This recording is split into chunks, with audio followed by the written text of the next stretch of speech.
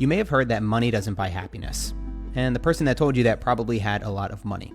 But they aren't exactly wrong. I think what's closer to the truth is that having money is not everything. Not having it is. Kanye West said that. And while I don't always take financial advice from rappers, Kanye's got a pretty good point. When you don't have money, it becomes the source of a lot of pain, frustration, and anger. It consumes your life and becomes the lens with which you see the world. Hey, how much did that cost? Oh, that must have been expensive. Hey, I think you owe me $20. You can pay me later. That's Venmo? When we don't have it, every problem seems to revolve around money. And while being rich won't fix every problem in your life, stacking up some money seems like a worthwhile pursuit. When you become financially free, you will no longer make every decision solely based on money. You don't take the job just because it pays better. You don't have to look at the price of organic groceries to make sure you can afford them. Hell, you can take Uber Black to the airport every once in a while. Imagine being at a place where you never had to worry about money again. And maybe not even that far. Imagine a place where money wasn't the major stressor in your life and on your relationships. The steps to get there are simple, but it's not going to happen overnight. So let's get started. Step 1, create an emergency fund. Save $1,000 and put it into an emergency fund that you'll only use in dire circumstances. I remember reading a story from Dave Ramsey from someone who literally put their emergency fund inside a frame with the words, "break glass in case of emergency." Hold up though. Emergencies don't include beer money, vacations, or even an engagement ring. It's a minimalist ring. This money should only be used if and when shit hits the fan. When your car breaks down, when you need to replace your water heater. Basically, when your life would otherwise become completely derailed, that's when you go to the emergency fund.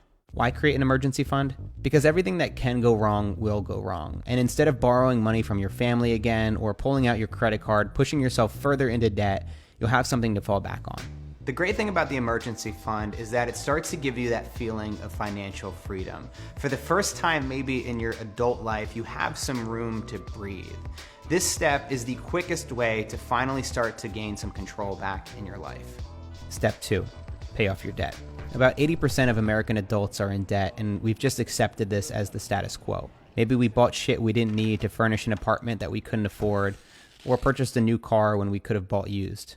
For me, one of the biggest problems with debt is that it restricts your monthly income. So when you're paying $500 to $700, even more on your mortgage, your student loans, your car payment, it severely restricts the amount of money you can save. The other thing I'll say is that you're gonna be saving thousands of dollars in interest if you're able to pay off your loans quicker. Forget about cutting back on your daily lattes. This is where you're gonna take the biggest step towards financial freedom. Let's say you have $100,000 in student loans at 5% interest for a 20-year term. If you only pay the minimum for the entire period of the loan, you'll end up giving the bank over $158,000. This kind of feels like an emergency. So what's the best way to pay off your debt early? There are a couple takes on how to do this. You could tackle the high interest loans first. Each loan is a different amount with a different interest rate. By the numbers, the smartest decision is to attack the highest interest rate first, then take them out one by one. Another option is called the debt snowball. It takes into account human behavior. By tackling the smallest loan first, we're able to knock it out quicker, which helps build momentum and motivates us to pay off other loans. So when I first got really serious about paying off my debt early, I brought everything and organized it into a spreadsheet like this, and I would log in a couple times a week. Sometimes I would log in every single day and just visualize what it would be like to pay off some of these loans. And I would just delete them one by one, like a madman, like somebody who's completely delusional. And I would keep an eye on my monthly payments because I knew that if I could get them low enough, then I'd be able to move out of my parents' house. So this is what drove me. I started to have hope again. I started to feel like there was a light at the end of the tunnel and I would actually eventually be able to pay all this off. Step 3, create a runway. What would it feel like to have 6 to 12 months worth of expenses in your bank account at all times? Imagine the kind of freedom and stability you'd have knowing that if you ever got injured, lost your job, or you couldn't find any more clients, that you'd be taken care of for the foreseeable future. This is why having runway is so important. Open up a spreadsheet and take account of all your monthly expenses. Rent, groceries, internet, insurance, Netflix, your phone bill, etc. So pulling all this information into my spreadsheet was an amazing way for me to start to see what's the absolute minimum that I needed to survive on. And as a freelance filmmaker with my income varying widely This was a really powerful number to have. Okay, now for some tough math. Multiply that number by 6 months to get your first target runway goal. The next goal after that would be to get 12 months of runway. This number now becomes your baseline. It's like an extended emergency fund. Except I wouldn't put $22,000 in a frame above your bed. I think the bank might be a little bit safer. Step 4, start a retirement fund. Retirement funds are one of those things that you know you should do, but you haven't done yet. But eventually you'll get to it, but you probably never will. Retirement funds are those things that your friends talk about sometimes, and whenever they do, you just smile and nod, but really you're thinking, fuck you, Brian, you're a piece of shit. I don't care what your stocks are. And then you think to yourself, what's a 401k? I'm gonna look that up. Personal finance is often about making short-term sacrifices for long-term gain. By saving a little bit each year, you'll be able to set yourself up for a dignified retirement. First, compound interest is the shit. And here's why. So you have a lot of money, like you have $10,000, and then over the course of a year, that money is making money because you're investing it into stocks and stuff. And then that money, you have more money at the end of the year. So then the next year, you're making money on top of that money, and then that money is making even more money, and then the next year, you're making even more money. I'm just gonna do a quick illustration so it's not as confusing. Say you put $10,000 into a 401k, receiving a 10% annual return at the age of 20. If you never touch that money until you turn 70 years old, you'll have over $1.1 million in the bank. All that simply from putting away $10,000. Use a compound interest calculator online to see how much you could retire with based on your yearly savings. All right, so for me personally, I invest at Vanguard, vanguard.com. I invest primarily in low-cost mutual funds, about 90% stocks, 10% bonds. Now, I chose this fund because it's essentially a snapshot of the US economy. So since 1923, when the S&P started, it has produced a return of around 10 to 12%. And that's basically what this fund is giving me. Now, that's over the long run. We're not talking about a 5-year period.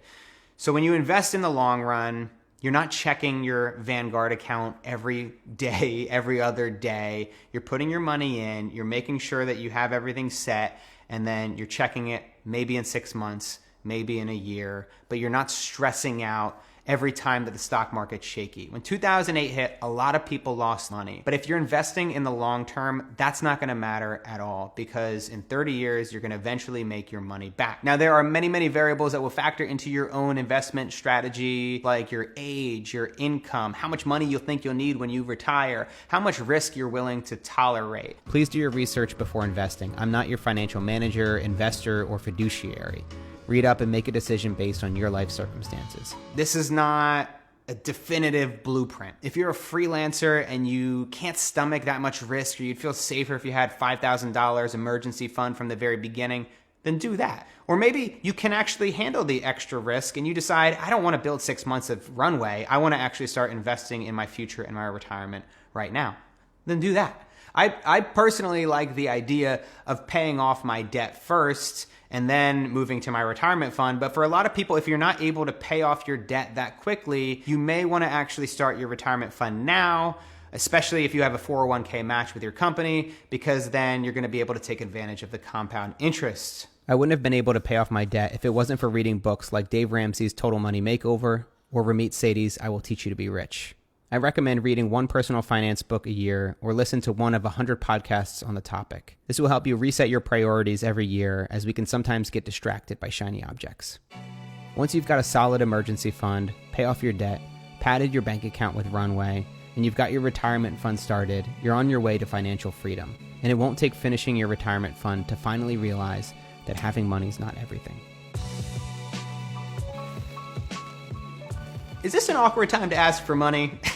As you guys know, if you watch my channel a lot, I usually end my videos with a Patreon pitch. It's how I'm able to make these videos ad-free. But before I do that today, I want to be very clear. If you do not have the money, if you are trying to pay off your debt and you're trying to cut down as many expenses as possible, if you feel stressed out about buying a cup of coffee, please, please, please, please, please do not contribute to my Patreon. This is not reverse psychology or anything. I truly want you guys to kick ass. I want you to do amazing stuff, and I want you to not feel stressed out about money, and I don't want you to make bad decisions with your money. That said, if you do have the money, if you feel so inclined and you're feeling great about it, I would love it if you would consider contributing to my Patreon account. I've been working my ass off to try to make really great videos and extra podcast episodes to add value to you guys. So these are some of the things that you can get from it. If you want to support my channel, I've set up a Patreon account, but I'm not just asking for your money. I've created tiers that get you access to content like my Patreon-only AMA podcast, and I also make videos on minimalism, filmmaking, and business. Learn things like how to grow an audience or how to tell a great story through film. As always, thank you guys so much for watching, and I will see you next time.